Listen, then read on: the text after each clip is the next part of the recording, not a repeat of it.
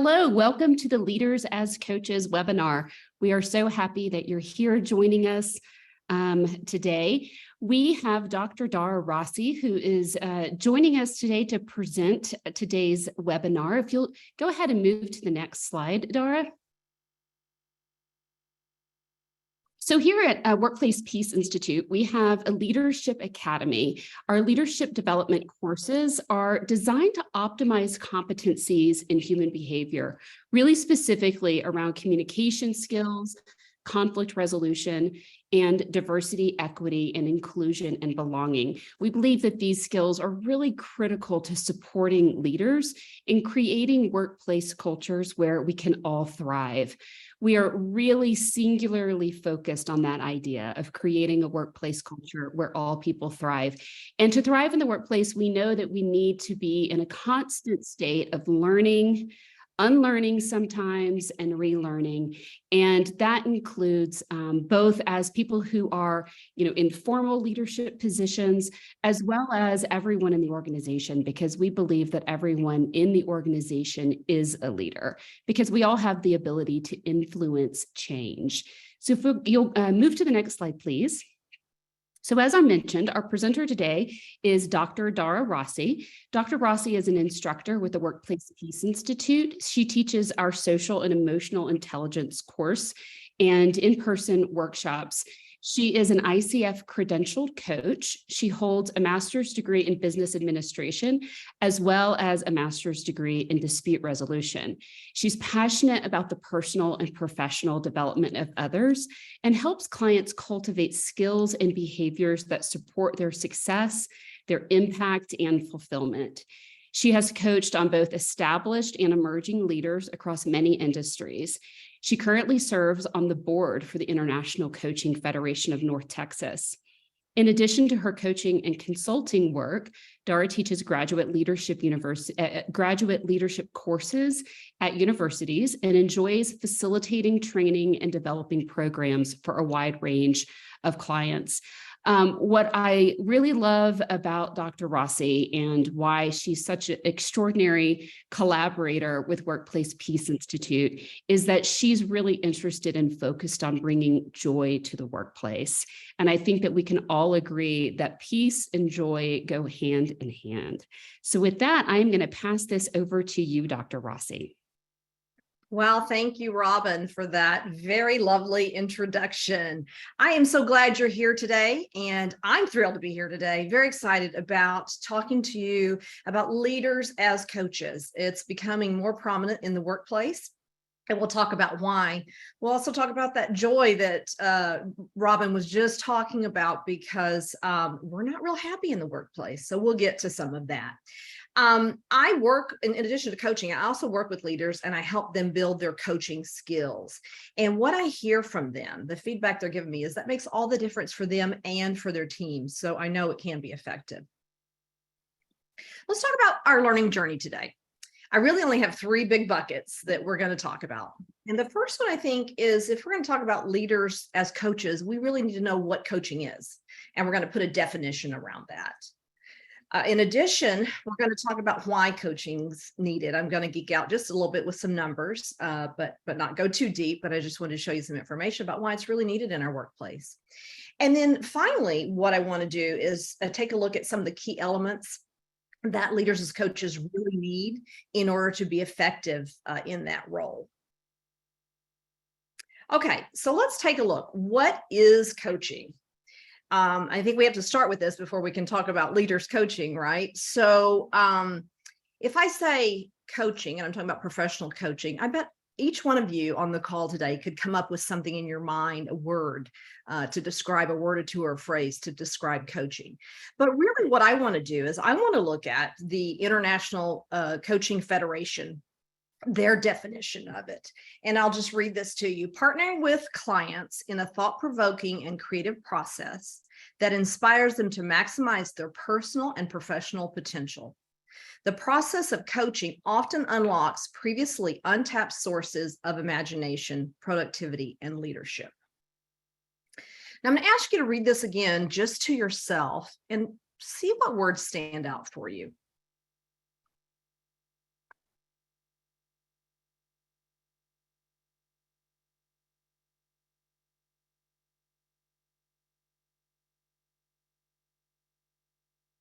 Okay.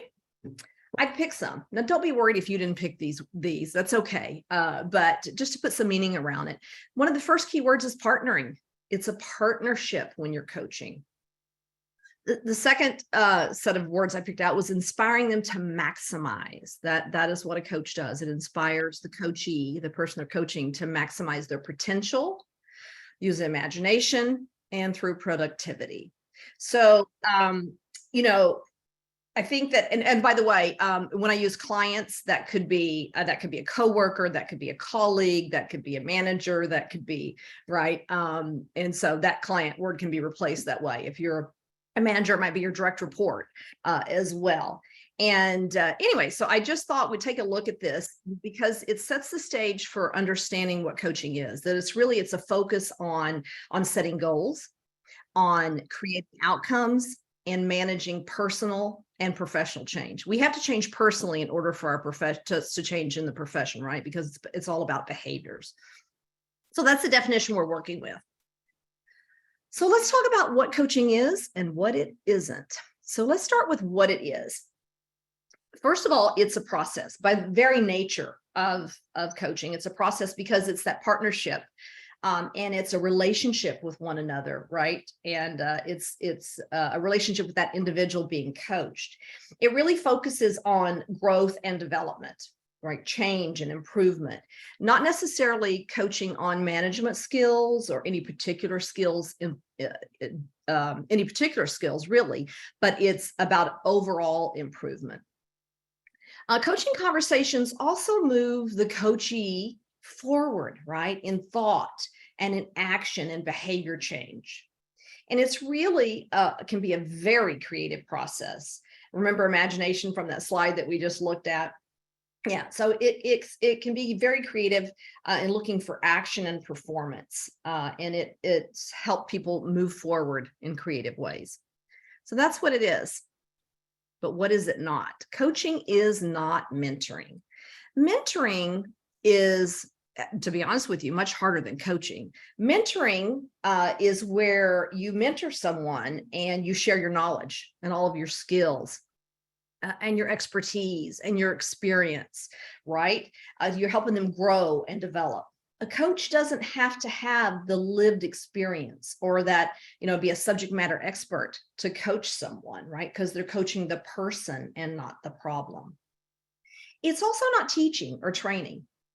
Teaching is really focused on helping someone acquire new knowledge and skills, mostly skills, if we're looking at it that way. Coaching is much, much broader than that. It's not just conveying information.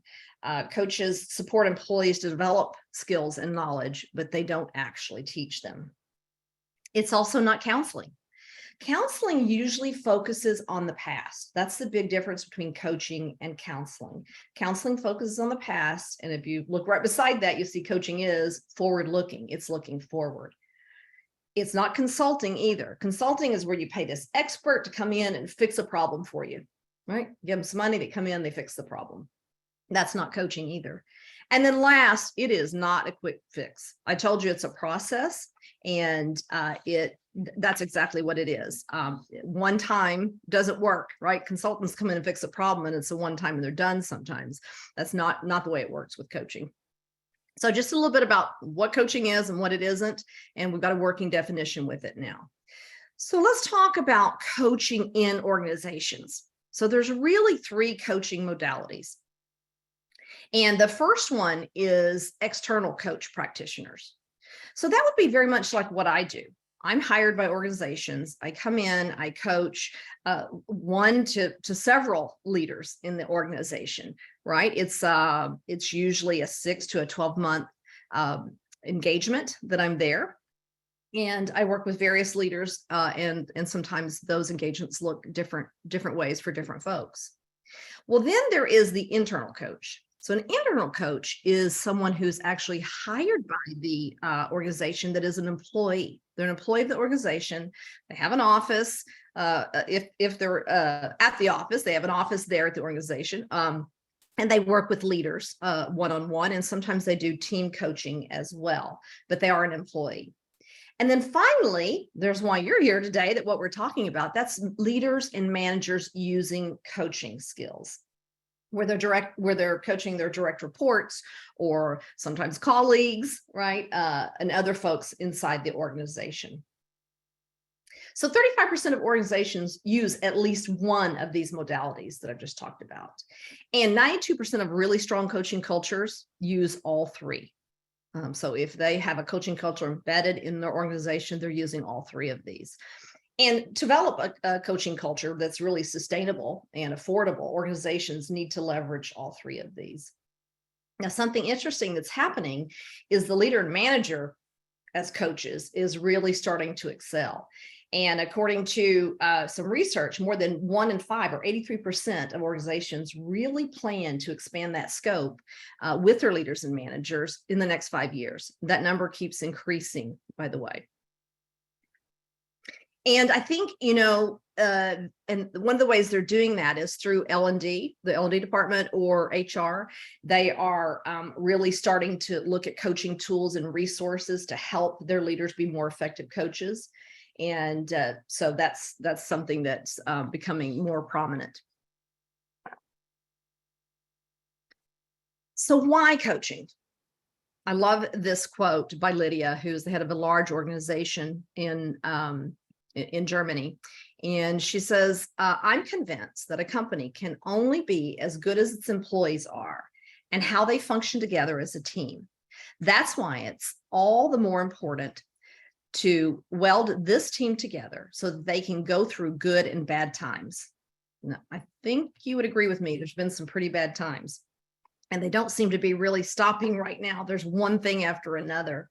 So if you think about your whole organization as one big team, right, rowing or rolling along together, get to a desired state, then leaders really need to be coaches, right? Because they're sort of the, I don't like that terminology, boots on the ground, but they're right there working with the teams, right? And they're on the front line there. And workplace coaching helps really create the stronger bond with teams because it's that relationship building. So it allows them to connect in a more meaningful way. Coaching helps employees really become more comfortable with their leaders, and then they feel free to come to them with challenges they may have or questions they may have. They're seeking help. It really should be the part of a continuous improvement program as well by managers. It really helps you maximize the potential of employees instead of waiting for that yearly review, right? Coaches as leaders can help achieve goals through highly effective, I think, workforces, and they make much more productive. What it brings to mind is that old proverb that if you teach a man to fish, you feed him for a day, and if you give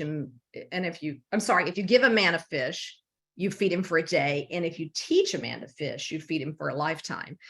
So you're not problem solving, right? You're helping people succeed on their own in the organization when you're working as a leader, as a coach. Whoops. So let's look at some numbers. There's a little bit of the geeky part, but it's not too bad. The State of the Workplace put out a report for 2022 talking about employment engagement. And 60% of people are emotionally detached at work, just kind of void of any emotion, kind of going through the motions, right? You've probably experienced some of that out in the workplace, of people not connected with their work. And 19% are miserable. Now, this was 2022, so I'm sure this number is even much higher now. Let's look at a few more. Let's look at the daily negative emotions. So the daily negative emotions, 42% of employees are really experiencing worry, like on a daily basis. And 28% are experiencing sadness. That's why I'm all about joy in the workplace, joy in your life, joy every day. And again, this is from 2022. So these numbers are surely even higher. Let's look at more employee engagement. Now, I've moved on to the 2023 report. I've looked at the latest research on there. So 23% of people in the workplace are thriving at work. That means they're engaged. So if you flip that that number, over 75% of people are not engaged in work while they're at work or while they're supposed to be working. That's a staggering number. And 59% are quiet quitting. They're not engaged. I'm sorry, 23% are engaged. I think I just might have messed that one up. I want to make sure I said the right thing. 23% of people are engaged, meaning that over 75 are not engaged. Make sure I had that right. And then 59% are not engaged at all. They're that quiet quitting. Remember, they're disgruntled at work. Maybe they're a little bit unhappy. So they're not going over and above. They're doing the bare minimum. While 18% are loud quitting, and you may know what that means, but if you don't, that's where they're really upset with their organization, but they're not leaving. They're just not working. They're showing up, clocking in, but they're totally disengaged. These are staggering numbers. And we've got to engage folks right back in the workforce, and coaching is one of the things that helps do that. A little more negative emotions. Here is daily stress. 44% of people have daily stress at work, and 21% have daily anger. And I think you can agree, if you turn on the news, you know that that's happening. Anger along with mental health issues, but anger in the workplace is very, very common. And you may even experience some of these emotions that I'm talking about, right? Because it's affecting a large part of the population. Now, this is global data. Okay, so what I did was pull in some US and Canada data just to bring it a little closer to home for some of us that may be here locally. And it's a little higher on the stress. 52% of us are experiencing daily stress. Luckily, the anger is down a bit. So that's a good thing on there. And the last number I want to share with you is that over half of the population is actively seeking to leave. They're looking for a new job. And want to leave. And we know that recruiting is difficult. If anybody's in HR on this call, you know recruiting is extremely difficult. It's expensive and it's difficult. It's hard to find employees today. And so when half of them are looking to leave, that's a real issue. So you know that I think what comes up for me is like, wow, what's a way forward? These look like pretty depressing numbers to me. But there is one simple answer. There's more than one answer, but one simple answer is, I think leaders as coaches can make a big impact. We know that, constant change is the normal now. We hear this all the time, but it really is. It's rapid, it's constant, it's totally disruptive. And that's the norm. And it's not going to ever be different for us. It's going to be constant change. We have the economic volatility, and many things have changed in the workplace now because of the global pandemic. And managers have more responsibilities, heavier workloads, and less resources. So wait a minute, you're telling me I have all this extra work and now you want me to coach on top? Coaching actually can make your job easier because you help your employees find their own answer when you engage with them in this way. And we'll talk about a tool in a little bit that will help you practice that. So I think one of the reasons that organizations are starting to utilize managers even more so today as coaches is that to help cope with this new reality that organizations are moving away from this traditional like top-down command and control practices to using leaders as coaches. And it's one of the reasons it's effective, I think, is because it can be just in time. And I'm gonna call it training, but just in time coaching, right? Where a problem comes up and a manager or a leader can have a coaching conversation with the employee right then before the problem gets too large. So let's talk about the key elements for leaders as coaches. And these are not all the elements. These are just some that I put together. But the very first one is asking questions instead of giving answers. And that's not what we're used to as managers. Employee comes to you with a problem and you solve the problem for them, usually, right? We're problem solvers. We're putting out fires instead of igniting this desire for them to tackle their own problems. So it's a lot of questions. And I'll give you a few today that you can ask, but asking open-ended questions really helps because you're trying to help that the one that's being coached, trying to help them kind of visualize their thinking and see what's going on from a different perspective so that they can look for options and ways out. The next one is supporting employees without judgment. So that means that when an employee comes to you and said, oh, I just did X, Y, and Z, and you say, oh, why did you do that? Right? That's judgment. You can't do that. You have to walk them through it to help them uncover their thinking about what they did. So you have to set that judgment aside when you're coaching, and you can't. That's not the time for helping them, judging them on what they've done. The next one is facilitating growth instead of dictating. This means that you don't tell them what to do. So in coaching, you don't have to give them the answers. You can co-create with them what they might, options they might have, but you don't say, here's what you go do A, B, and C. That doesn't help them grow. You've just solved their problem for them. And guess what? They're going to come back to you again so you can solve the next problem for them. That's really what you're trying to avoid. I think that managers and leaders, anyone who is coaching really needs coaching training, right? They need the skills training. And today is not about that, but I'm going to show you a tool you can use. But you really need training in order to be a coach. And I looked up and I just saw I missed one which is very important. I'll come back to it. I'll end with that one. But the other one is also working with a coach yourself. You may be on the call today and you've worked with a coach and you know how wonderful it can be if you've had a good chemistry with your coach. But working with a coach allows you to kind of see behind the scenes of what happens when you're coached. But also you can ask your coach for some strategies on how you could coach someone. So you can learn that way as well. And I'll end with the one that I somehow skipped, which is developing high emotional intelligence. You really must have high emotional intelligence. Now, I know some of you are probably rolling your eyes right now. Oh, emotional intelligence. I've heard that for 5-10 years now. Well, it's still around because it's still needed, right? We're humans, and particularly in this day of AI everywhere, right? Emotional intelligence is becoming even more important so that we can make those critical judgments.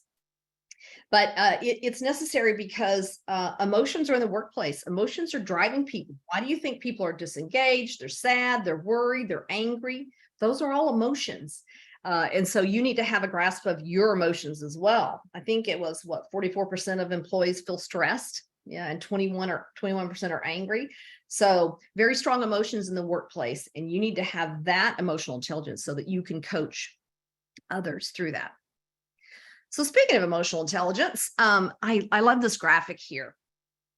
This graphic to me helps us understand about emotions that are going on in the workplace. I mentioned that, that it's a key element to have a high emotional intelligence. And just a quick rundown on emotional intelligence, right? That's really understanding your emotions, being able to label those at a granular level, like really drill down and figure out what emotion you're experiencing. And then you're able to manage your own emotions once that happens. Then you can be socially aware. You can be aware of other people's emotions, these emotions that people are having in the workforce.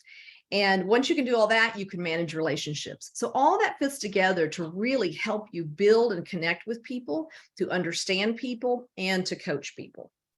So let's look here at this graphic, and let's just start, I think, with maybe this burnout zone. So you see in the burnout zone, there is exhausted, depressed, drained, strong emotions in the burnout zone.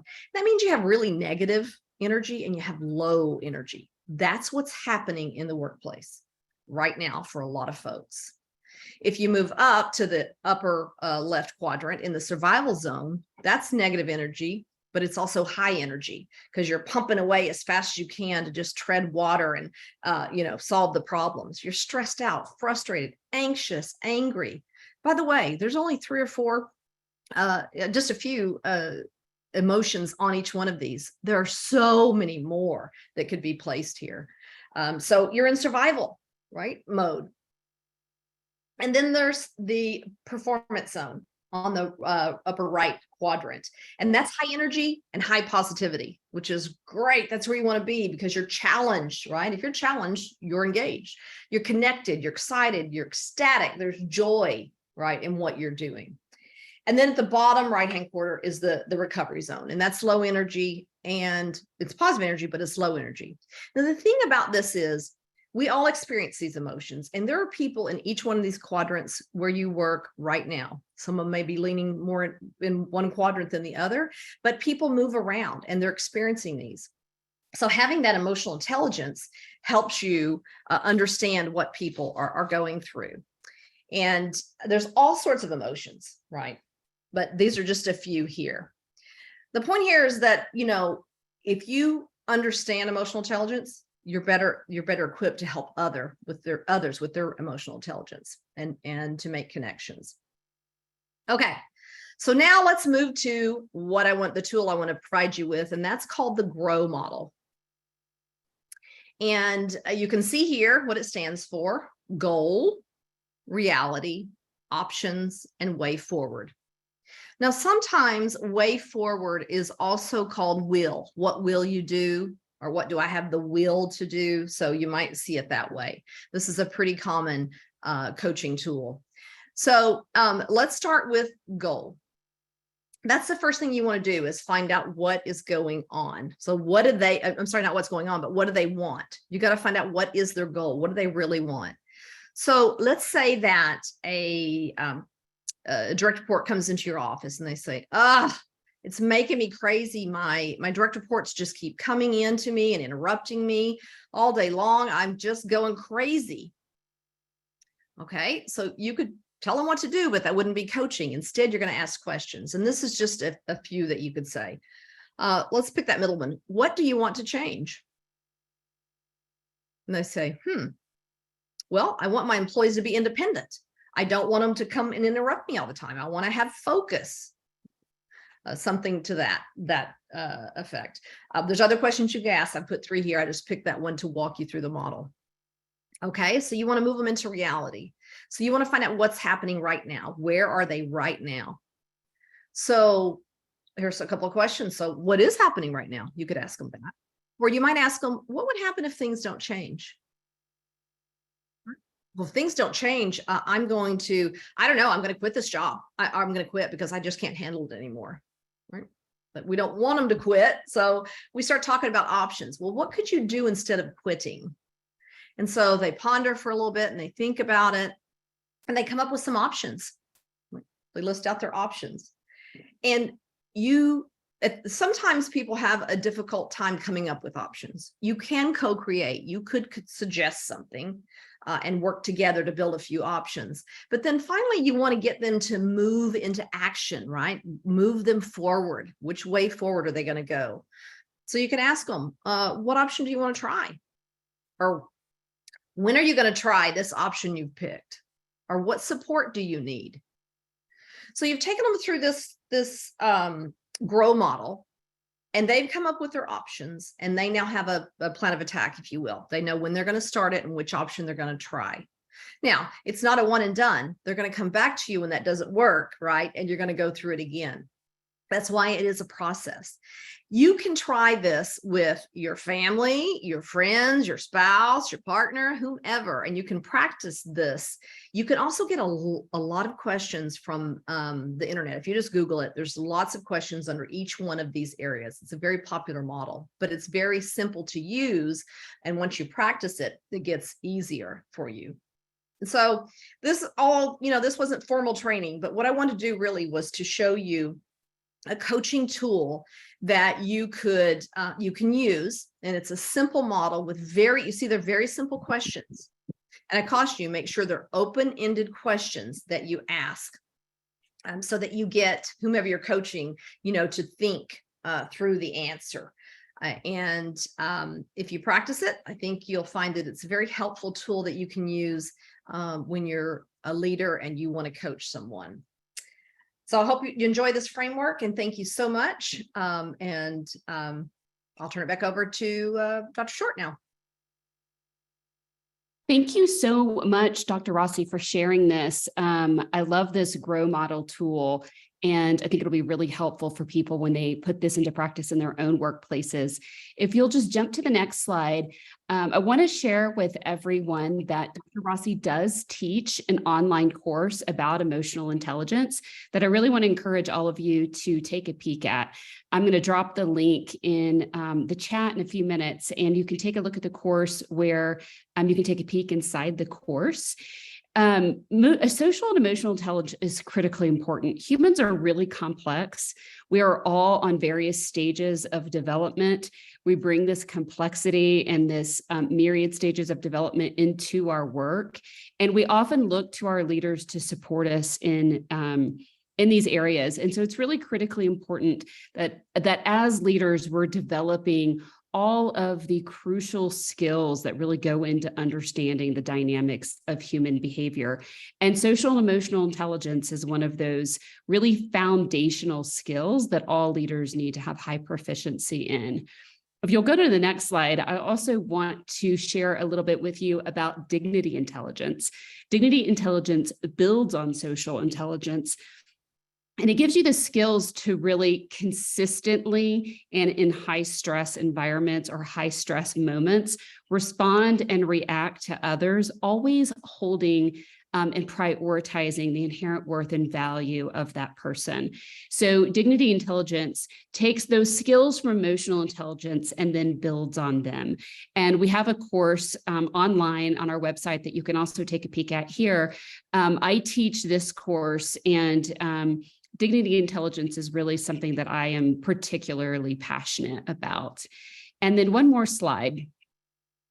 So I do really believe that leaders as coaches to have high proficiency in this skill, to really become really effective as leaders coaching others, we need high leadership intelligence. That's that social and emotional intelligence, the dignity intelligence. We also need to have mindfulness. We need to be continuously practicing mindfulness so that we're developing presence, and we're able to be responsive to high stress situations without actually getting high stress ourselves, so that we can be a stable presence for others. We need to be trauma informed. There's so much adversity happening in the world, and it's affecting us. What happens in the world affects our internal life and our internal way of being. And what happens to us internally, we bring to work with us. And so we really can't separate what's happening in the world to what's showing up in the workplace. And I really believe that now more than ever, we need leaders who are able to recognize trauma and respond to trauma accordingly. We need to have high conflict engagement skills. As leaders, as coaches, need to be able to feel confident to lean into conflict engagement directly, and to have the confidence to do that.